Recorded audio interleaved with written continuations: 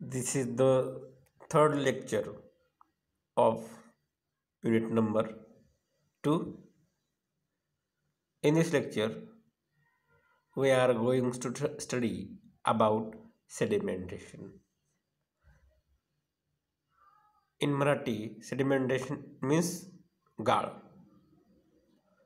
Sedimentation, the process by which suspended particles settle down under the action of gravity is known as sedimentation.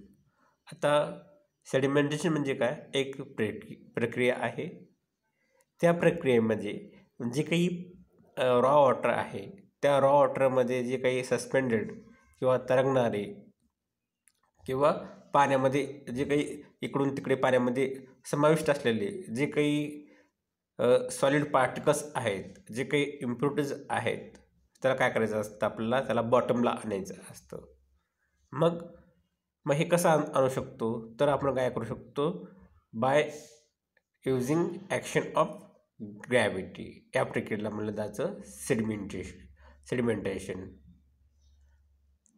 जे काही पाण्यामधली जे काही different impurities present होत्या, त्याला आपण काय केलं? जे काही वॉटर आहे त्याला आपण एकदम रेस्ट कंडिशनला आणलं, त्याला एकदम स्थिर ठेवलं त्या पाण्याला काय टँकमध्ये.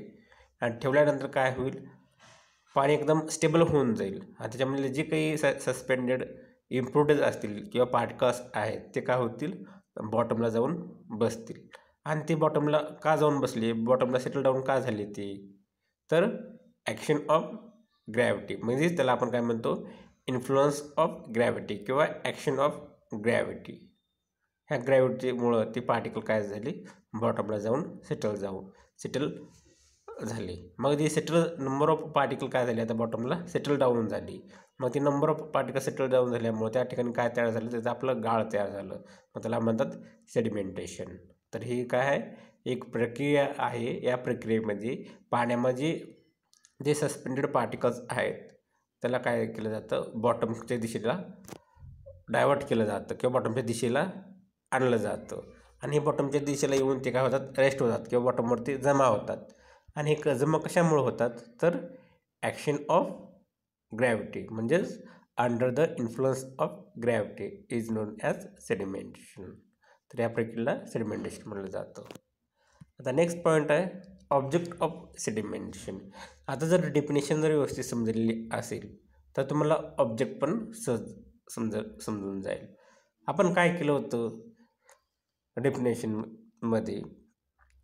जे काही पार्टिकल्स आहेत ते आपण काय केलं होतं? सेटल डाऊन केलं होतं under the influence of gravity is non as sedimentation. तर आपण सेडिमेंटेशन म्हणलं. तर इथं काय केलं? जे काही सस्पेंडेड पार्टिकल्स आहेत ते काय केलं? आपण रिड्यूस केलं, म्हणजेच रिमूव्ह केलं पाण्यामधून. मग रिमूव्ह केल्यामुळं काय होईल? जो सेडिमेंट लोड होता तो पण काय होईल? ऑटोमॅटिक कमी होऊन जातील before the treatment plant by other process. म्हणजेच to remove the suspended particles remove केल्यामुळं काय होईल? जे पाण्यामध्ये सस्पेंडेड मॅटरचं जे काही वेट होतं त्याला आपण काय म्हणतो? Sediment load.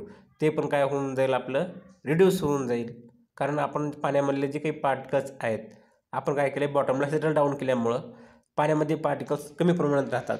म्हणजे तिचं सेडिमेंट लोड काय होतं? त्याच्यामधला कमी होतो. म्हणजे त्याला आपण काय म्हणतो? To reduce the sediment load. आणि हे पाणी मग हे काय केलं जातं? सेडिमेंट लोड कमी केलं जातं आणि मग नंतर ते पाणी कुठं पाठवलं जातं? फिल्ट्रेशनला, म्हणजेच ट्रीटमेंट प्लांटकडे. मग before the treatment plant by other process. तर हे साधं आणि सोपं ऑब्जेक्टिव्ह आहे सेडिमेंटेशन. आपण काय केलं? रिमूव्ह केलं सस्पेंडेड पार्टिकल रिमूव्ह केल्यामुळं काय होईल? जे काही सेडिमेंट लोड होता तो पण काय होत जातो? रिड्यूस होतो बिफोर द ट्रीटमेंट प्लांट. म्हणजे जो काही फिल्ट्रेशन होतं त्या फिल्ट्रेशनवरचा लोड काय होतो? कमी होतो. जर आपण हे विदाऊट रिमूव्ह न करता पार्टिकल तसेच जर आपल्या फिल्ट्रेशनकडे पाठवलं असतं मग आपला फिल्टर काय झाला असता? चॉकअप झाला असता किंवा फिल्टरवरती ताण पडला असता. मग हे ताण मग आपण रिड्यूस करण्यासाठी आपण काय करावं लागतं? मग हे जे काही सस्पेंडेड पार्टिकल्स आहेत ते रिमूव्ह केल्यामुळं तो सेडिमेंट लोड कमी होतो. मग सेडिमेंट लोड कमी झाला हा अशा पद्धतीने. आणि ह्याच्यामुळं काय होईल, जो काही हे ताण येणार होता, जे काही टेन्शन किंवा बर्डन पडलं असतं त्या फिल्ट्रेशनवरती, ते देखील रिड्यूस होऊन जाईल. जर आपण डायरेक्ट पाणीच फिल्ट्रेशनकडे घेऊन गेला असतो रॉ वॉटर न सेडिमेंट करता, तर काय झालं असतं, फिल्टर एखाद्या वेळेस चोकअप झालं असतं किंवा फिल्टरला जास्त इफेक्टिव्हली वर्क करावं लागलं असतं.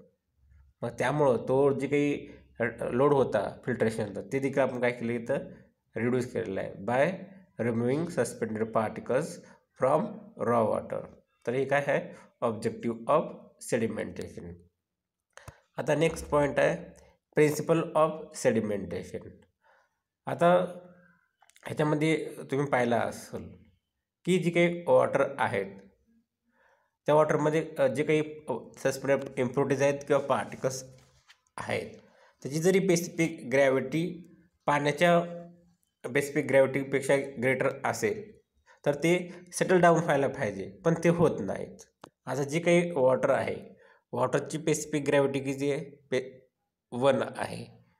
मग आणि जे काही पार्टिकलची स्पेसिफिक ग्रॅव्हिटी आहे ते ग्रेटर दॅन 1 आहे. आणि ही जी काही हे स्पेसिफिक ग्रॅव्हिटी आहे जी 1 आहे, हे कशाची वॉटरची आहे. आणि 1.1 1.2 काहीतरी अशी एक स्पेसिफिक ग्रॅव्हिटी आपण कन्सिडर करू, जी की सस्पेंडेड पार्टिकल्स आहेत त्याची ही काय स्पेसिफिक ग्रॅव्हिटी आहे. मग जेव्हा वॉटरच्या जी काही स्पेसिफिक ग्रॅव्हिटी त्याच्यापेक्षा जर पार्टिकलची जर ग्रॅव्हिटी स्पेसिफिक ग्रॅव्हिटी ग्रेटर असेल तर ती पार्टिकल काय व्हायला पाहिजे, सेटल डाऊन व्हायला पाहिजे ऑटोमॅटिकली. पण ते होत नाही, सेटल डाऊन होत नाही. का होत नाही सेटल डाऊन? ते पाण्यामध्ये तरंगत राहतं. तर त्याचं मेन जे काही कारण आहे, जे काही रिझन आहे, तर तिथं काय होतं वॉटरमध्ये टर्ब्युलन्स क्रिएट झाल्यामुळं ते पार्टिकल काय होतात, जरी त्याची स्पेसिफिक ग्रॅव्हिटी पाण्यापेक्षा जरी ग्रेटर असेल तरी ती इम्प्युरिटीज पाण्यामध्ये सस्पेन्शन कंडिशनला अवेलेबल असतात. आता आपल्याला साधी गोष्ट माहिती आहे, जर पाण्याची स्पेसिफिक ग्रॅव्हिटी किती आहे 1 आहे. जर पाण्याच्या स्पेसिफिक ग्रॅव्हिटीपेक्षा कमी स्पेसिफिक ग्रॅव्हिटीची जर ऑब्जेक्ट वूड असेल, क्लॉथ असेल किंवा प्लास्टिक असेल, हे जे काही असे पदार्थ आहेत त्याची स्पेसिफिक ग्रॅव्हिटी काय आहे 1पेक्षा कमी आहे, म्हणजे 0.8 0.9 किंवा आईस असेल. आता आईसची जी काही स्पेसिफिक ग्रॅव्हिटी आहे ते 0.89 0.9 असते. मग ही स्पेसिफिक ग्रॅव्हिटी कशी आहेत 1पेक्षा कमी आहेत. मग या केसमध्ये हे जे काही पदार्थ आहेत ते काय होतात पाण्यावरती फ्लोट करतात. ते फ्लोट करण्यामागे कारण काय आहे, तर त्याचं जे काही किंवा ऑइल असेल किंवा केरोसिन असेल ते देखील काय केलं जातं पाण्यावरतीच फ्लोट होतात, तरंगतात. मग हे तरंगण्याचं मेन कारण काय आहे, त्याची स्पेसिफिक ग्रॅव्हिटी लेस दॅन 1 आहे, म्हणून ते असे ऑब्जेक्ट काय होतात पाण्यावरती तरंगतात. पण इथं काय आहे, जी काही स्पेसिफिक ग्रॅव्हिटी आहे ती काय 1पेक्षा ग्रेटर आहे, तरी देखील ते पदार्थ जे काही पार्टिकल्स आहेत, जे काही इम्प्युरिटीज आहेत, तरी ते पाण्यामध्ये सस्पेन्शन कंडिशनला आहेत. असं का होतं, तर याचं मेन कारण काय आहे, पाण्यामधला जो काही टर्ब्युलन्स आहे त्या टर्ब्युलन्समुळे ते पार्टिकल पाण्यामध्ये सस्पेन्शन कंडिशनला अवेलेबल असतात. जेव्हा आपण हे टर्ब्युलन्स आहे ते 0 करू, म्हणजे जी काही पाण्याची जी काही हालचाल आहे ते आपण 0 करू किंवा जी काही वेलॉसिटी आहे एकदम कमी प्रमाणात पर्यंत रिड्यूस करू. जे काही पाण्याची आता सुरुवातीला जी काही वेलॉसिटी असेल, for example 1 metre per second असेल, तर ते आपण काय करू, हे वेलॉसिटी रिड्यूस करू, म्हणजेच 0.3 मीटर पर सेकंद. म्हणजे असं उदाहरण सांगतो, जी काही वेलॉसिटी होती ते काय केलं आपण इथं रिड्यूस केलं. किंवा काही वेळेस ते वॉटर काय केलं, ते वेलॉसिटी डायरेक्ट 0 करून टाकलं, स्टॉप करून टाकलं. जे काही येणारा जो काही फ्लो होता तो आपण काय केला डायरेक्ट स्टॉप करून टाकला, आणि म्हणजेच त्याची वेलॉसिटी काय केलं आपण रिड्यूस केलं. मग हे रिड्यूस केल्यामुळं काय वेलॉसिटी जो टर्ब्युलन्स काय होईल 0 होऊन जाईल. मग हे 0 झाल्यामुळं काय होईल, जे काही पार्टिकल्स ज्याची स्पेसिफिक ग्रॅव्हिटी ग्रेटर दॅन 1 होती, म्हणजे वॉटरची स्पेसिफिक ग्रॅव्हिटी किती आहे 1 आहे. मग ह्या 1 असल्यामुळं मग त्याची स्पेसिफिक ग्रॅव्हिटी किती असणार आहे, इम्प्युरिटी ग्रेटर दॅन 1 असणार आहे. मग ते पार्टिकल काय होतील, इथं टर्ब्युलन्सच आपण काय केलेलं आहे, झिरो केलेलं आहे, प्रिव्हेंट केलेलं आहे, स्टॉप केलेलं आहे. त्याच्यामुळं काय होईल, ते पार्टिकल ॲटोमॅटिकली जे काही टँक आहे त्या टँकच्या बॉटमला जाऊन सेटल डाऊन होतील. म्हणजेच ते काय होतील, impurities will settle down at the bottom of tank. म्हणजे त्या बॉटमच्या टँकला जाऊन ते काय होतील, जमा होतील. म्हणजेच आपण काय केलं, रिड्यूस केलं वेलॉसिटी ऑफ वॉटर. कशासाठी केलं, तर ते जे काही सेटलमेंट होतं सस्पेंडेड सॉलिडचं ते घडवून आणण्यासाठी. आणि कसं आणलं आपण, ग्रॅव्हिटीच्या साहाय्यानं आणलं. त्यालाच काय म्हटलं जातं, प्रिन्सिपल ऑफ सेडिमेंटेशन. म्हणजेच दस reducing the velocity of water. आपण काय केलं, जी काही वेलॉसिटी होती पाण्याची कमी केलं. का केलं कमी, तर जी काही आपला घडून आणायचं होतं, जे काही सेटलमेंट ऑफ सस्पेंडेड पार्टिकल्स, म्हणजेच to cause the settlement of suspended particles by gravity is the principle of sedimentation. आता हे प्रिन्सिपल काय आहे, आपलं सेडिमेंटेशनचं प्रिन्सिपल आहे. तर कसं ते पार्टिकल आपण सेटल डाऊन केलं, तर आपण वेलॉसिटी कमी केलं. वेलॉसिटी कमी केल्यामुळं काय होईल, जे पार्टिकल ज्याची स्पेसिफिक ग्रॅव्हिटी ग्रेटर दॅन 1 आहे ते काय होतील, त्या ग्रॅव्हिटीमुळं, त्याच्या वजनामुळं ते काय होतील, ॲटोमॅटिकली टँकच्या बॉटमला जाऊन डिपॉझिट होतील किंवा सेटल डाऊन होतील. लक्षात. आणि ते पार्टिकल बॉटमलाच काय गेले, तर ते जी काही स्पेसिफिक ग्रॅव्हिटी होती ती किती होती, ग्रेटर दॅन 1 होती. म्हणून ते काय झाले, ते बॉटमला जाऊन डिपॉझिट झाले. याला म्हटलं जातं प्रिन्सिपल ऑफ सेडिमेंटेशन. आता नेक्स्ट पॉईंट आहे, जे काही आपलं टँक आहे सेडिमेंटेशन टँक, त्या टँकवरती कोणते कोणते फॅक्टर अफेक्ट करतात. आता जेव्हा आपल्याला एखादा सेडिमेंटेशन टँक कन्स्ट्रक्ट करायचं आहे किंवा त्याचं डिझाईन करायचं आहे, ते डिझाईन करते वेळेस आपले कोणते कोणते पॉईंट्स आपण कन्सिडर करायला पाहिजे, लक्षात. आणि त्या पॉईंटमुळं, ह्या फॅक्टरमुळं काय होते किंवा पॉईंटमुळं आपल्या टँकची साईज एकतर कमी करावं लागेल किंवा इन्क्रीज करावं लागेल. मग असे कोणते फॅक्टर्स आहेत जे की आपले जे काही टँक आहे सेडिमेंटेशन टँक, म्हणजे गाळाची टँक, मग ते काय होते त्याच्यावर अफेक्ट करतात. जी साईज आपल्याला काय करावं लागते, एकतर इन्क्रीज करावं लागतं किंवा डेप्थ इन्क्रीज करावं लागतं. मग असे कोणते फॅक्टर्स आहेत ते अफेक्ट करतात. तर फर्स्ट फॅक्टर आहे तुमचा detention time, second flow through period, third displacement efficiency, and fourth surface loading. These are the 4 factors which are affecting over the sedimentation tank. Now first point, detention time. Now detention time is the theoretical time for which water is detained in the settling tank. आता ही काय आपली tank आहे. ह्या टँकमध्ये काय केलं आपण, जे काही वॉटर आहे काही वेळेसाठी आपण काय केलेलं आहे, धरून स्टॉप करून ठेवलेलं आहे, आलं लक्षात, म्हणजे रिटर्न करून ठेवलेलं आहे. मग फॉर एक्झाम्पल ही जर पाणी आपण 5 मिनिटासाठी जर स्टॉप केलेलं आहे, म्हणजे ह्याचा इनलेट आणि ह्याचा आउटलेट समजू इकडं, आणि ह्याचा इनलेट आपण काय केलेलं आहे, ह्याचं बी जे काही वॉल्व आहे इथं आणि ह्याचं जी वॉल्व इथं आहे ह्या पाईपची आपण काय केलेली आहे, क्लोज केलेली आहे. हे पण क्लोज केलेले आहे वॉल्व इनलेटची, ह्याला इनलेट म्हणू, आणि हे आउटलेट, ह्याची पण वॉल्व काय केली आपण, क्लोज केलेली आहे. मग क्लोज केल्यामुळं पाणी आत पण येत नाही आणि बाहेर पण जात नाही. म्हणजे पाणी काय झालं तुमचं ॲट रेस्ट कंडिशनला त्या टँकमध्ये स्टोअर झालं, म्हणजे एकदम स्तब्ध वॉटर त्या ठिकाणी तुमचं टँकमध्ये जमा झालेलं आहे. मग हे जमा झालेलं पाणी आहे, आता त्याच्यामध्ये जर इम्प्युरिटीज प्रेझेंट असतील तर ते काय केले जातात, बॉटमला सेटल डाऊन होतात. आता आपल्या इथं काय बघायचे, डिटेन्शन टाईम.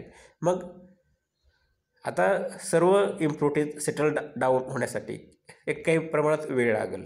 कदाचित एखाद्या वेळेस 10 मिनिट लागतील, कदाचित 15 मिनिट लागतील, किंवा हे वॉटर आपण जितक्या वेळेसाठी ह्याच्यामध्ये धरून ठेवलेला आहे तो टाईम म्हणजेच डिटेन्शन टाईम. ह्याच्यामध्ये आपण जेव्हा आपण हे वॉटर एकदम कॉन्स्टंट लेवलला ठेवलेला आहे, म्हणजे ह्याचा इनलेट पण चालू नाही आणि आउटलेट पण चालू नाही, आलं लक्षात. त्याच्यात पाणी पण येऊ पण देत नाही आणि जाऊ पण देत नाही. मग अशा पद्धतीनं वॉटर काय केलं आपण याच्यामध्ये स्टोअर करून ठेवलेलं आहे एक स्पेसिफिक ड्युरेशनसाठी. ते ड्युरेशन किती असू शकतं, कदाचित ते 10 मिनिट असेल, 30 मिनिट्स असेल किंवा 1 आवर असेल. मग तेवढं जी काही ड्युरेशन असेल ते त्या ड्युरेशनसाठी आपण काय केलं, ते पाणी स्टोअर करून ठेवलेलं आहे. आलं लक्षात. त्याच्यामध्ये पाणी येऊ पण देत नाही आणि जाऊ पण देत नाही. मग जे काही हे ड्युरेशन असेल त्याच्यामध्ये आपण हे वॉटर एकदम कॉन्स्टंट लेवलला ठेवलेलं आहे. आलं लक्षात. त्या टायमाला म्हणलं जातं डिटेन्शन टाईम. म्हणजे तेवढा वेळ आपण पाण्याच्यामध्ये या टँकमध्ये स्थिर ठेवलेला आहे. जेवढं त्या टायमाला काय म्हणलं जातं, डिटेन्शन टाईम म्हणलं जातं. आता बघा इथं दिलेलं आहे this is the detention theoretical time for which water is detain in the settling tank. म्हणजे त्या टँकमध्ये काय केलेलं आपण काही मिनटासाठी किंवा काही वेळेसाठी आपण काय केलेलं आहे, ते पाणी कॉन्स्टंट लेवलला एक धरून ठेवलेलं आहे. जेवढ्या वेळेसाठी आपण धरून ठेवलेला आहे तो त्या टँकचा काय झाला, डिटेन्शन टाईम. जर ते पाणी आपण त्या टँकमध्ये इनलेट आणि आउटलेट बंद करून जर 5 मिनटासाठी आपण स्टोअर करून ठेवलं असतं तर त्या टँकचा टाईम काय झाला असता, डिटेन्शन टाईम 5 मिनिट झाला असता. आणि तेच जर पाणी आपण 10 मिनटासाठी जर टँकमध्ये स्टोअर करून ठेवलं असतं त्याचं इनलेट आणि आउटलेट बंद करून, तर ते 10 मिनिट काय झालं असतं, त्या टँकसाठी डिटेन्शन टाईम झाला असता. हाय डिटेन्शन टाईम काही असू शकतो. हा लक्षात. मग जर तुम्हाला डिटेन्शन टाईम कॅल्क्युलेट करायचा असेल तर तुम्हाला सर्वांना माहिती आहे की T detention time equal to volume upon discharge. आता व्हॉल्यूम सर्वांनाच माहिती आहे. व्हॉल्यूम कसं काढायचं, एरिया इंटू हाईट. हा लक्षात. आता एल जे काही आहे LBH म्हणजे त्या टँकचे 3 factor, length, width, height upon discharge. आता जे काही व्हॉल्यूम आहे ते कशामध्ये मेजर केलं जातं, LBH, तर ते मीटर क्यूबमध्ये मेजर केलं जातं. जे काही हे टँकचे हे आहेत कंपोनंट आहेत, लेंथ, विड्थ आणि हाईट ऑफ टँक. तर प्रत्येकाचं जे काही युनिट आहे याचं LBH याचं मीटर आहे. प्रत्येकाचं एलचं युनिट मीटर आहे, बीचं मीटर आहे, एचचं मीटर आहे. आणि जेव्हा आपण व्हॉल्यूम कॅल्क्युलेट करू तर व्हॉल्यूमचं युनिट काय येईल, मीटर क्यूब येऊन जाईल. आणि जे डिस्चार्ज आहे त्या डिस्चार्जचं युनिट आपल्याला माहितीच आहे, आपण हायड्रोलिकमध्ये शिकलेलं आहोत. त्याचं युनिट काय असणार आहे, त्याचं metre cube per second. Metre cube per second असणार आहे. आता इथं काय होईल, मीटर क्यूब काय होईल, कॅन्सल होऊन जाईल. राहील काय आपलं फक्त सेकंद. बघ आपलं युनिट काय येईल, डिटेन्शन टायमाचं सेकंद. तर हे आलं जे काही डिटेन्शन टाईम आहे ते कशामध्ये मेजर केलं गेलं, सेकंदामध्ये. किंवा कधी काही वेळेस अवर्समध्ये देखील आपण याला काउंट करू शकतो. तर आपला डिटेन्शन टाईम जो काय आहे ते समजलं असेल. जेवढ्या वेळेसाठी आपण पाणी आहे टँकमध्ये धरून ठेवलेलं आहे त्या टायमाला म्हटलं जातं डिटेन्शन टाईम. आता नेक्स्ट पॉईंट आहे फ्लो थ्रू पिरियड. जो काही फ्लो थ्रू पिरियड आहे, it is the actual time of travel of flow from inlet to outlet. आता ही टँक आहे आणि हे आउटलेट आहे.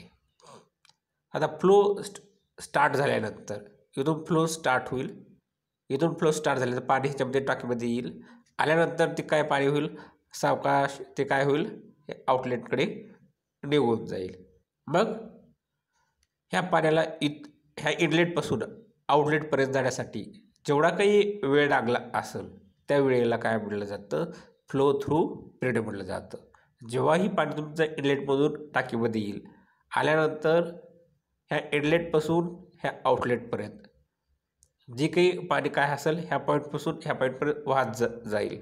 मग पाणी ह्या पॉईंटपासून ह्या पॉईंटपर्यंत जाण्यासाठी जेवढा काही वेळ लागला असेल त्याला म्हटलं जातं फ्लो थ्रू पिरियड म्हटलं जातं. आणि हे जे काही टाईम ऑफ ट्रॅव्हल आहे ते कुठून तर कुठपर्यंत मेजर केलं आहे, फ्रॉम इनलेट टू आउटलेट. जर पाणी इनलेटमधून आत आलं आणि आल्यानंतर ते आउटलेटपर्यंत पोचण्यासाठी किती वेळ घेतलेला आहे त्या टायमाला म्हटलं जातं फ्लो थ्रू पिरियड. नेक्स्ट हे आहे पॉईंट डिस्प्लेसमेंट एफिशियन्सी. आता displacement efficiency is the ratio of flowing through period to detention time. आता आपल्याला डिटेन्शन टाईम काय आहे तेही माहिती आहे आणि फ्लो थ्रू पिरियड आहे काय तेही माहिती आहे. तर जे काही डिस्प्लेसमेंट एफिशियन्सी आहे तर ती एफिशियन्सी काय तुमचं flow through period upon detention time या दोघांचा काय तो रेशो आहे.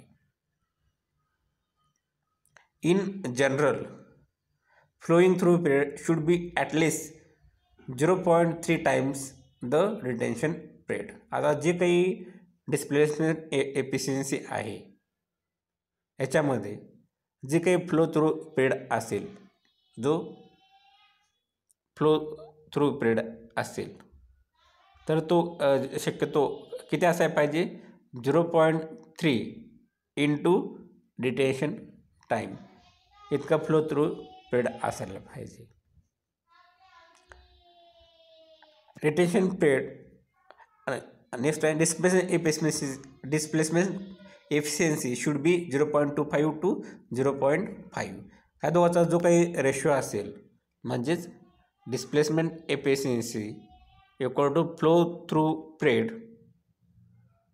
अपॉन डिटेन्शन टाईम ह्या दोघांचा जो काही रेशो असायला पाहिजे तो किती असायला पाहिजे इन बिटवीन 0.25 टू 0.5 यामध्ये ते आन्सर आलेला यायला पाहिजे. तेव्हाच ती टँक कसं असेल गुड टँक असेल किंवा वेल टँक असेल फॉर सेडिमेंटेशन पर्पज किंवा that tank will be suitable for sedimentation purpose. Next point overflow rate. आता जे काही ओव्हरफ्लो रेट आहे त्यालाच काय म्हटलं जातं सरफेस लोडिंग म्हटलं जातं किंवा सरफेस ओव्हरफ्लो रेट म्हटलं जातं. जी काही ओव्हरफ्लो रेट आहे overflow rate is equal to settling velocity of smallest particle which the basin will remove. Surface loading is calculated by dividing flow by the surface area of tank. Overflow rate should be less than 1000 gallon per day foot square. Next definition of another definition of overflow rate or surface loading is that quantity of water flowing per hour per unit horizontal area is called as overflow rate. आता जे काही overflow rate आहेत याच्या दोन पद्धतीने त्यांनी definition केलेलं आहे. एक काय केलेलं आहे जे काही म्हणजे जवळपास दोन्हीचा अर्थ एकच होते जरी वेगळ्या भाषेत जरी लिहिलेला असेल तर इथे काय केलं तुम्हाला थोडक्यात जे काही ओव्हरफ्लो रेट आहे ते काय केलं तुमचं डिस्चार्ज अपॉन एरिया त्यांनी काय केलेलं आहे इथं जे ओव्हरफ्लो रेट पुटअप केलेलं आहे. जे काही डिस्चार्ज आहे क्यू अपॉन टँकचा एरिया ते काय केलेलं आहे त्यांनी याचं कॅल्क्युलेशन केल्यानंतर तुम्हाला काय मिळून जाईल ओव्हरफ्लो रेट कॅल्क्युलेट केलेला आहे. म्हणजे क्वांटिटी ऑफ वॉटर म्हणजेच रेट ऑफ फ्लो म्हणजे काय डिस्चार्ज आणि त्याचा युनिट एरिया. इथं आपलं काय मिळून जाईल ओव्हरफ्लो रेट किंवा सरफेस लोडिंग और सरफेस ओव्हरफ्लो रेट.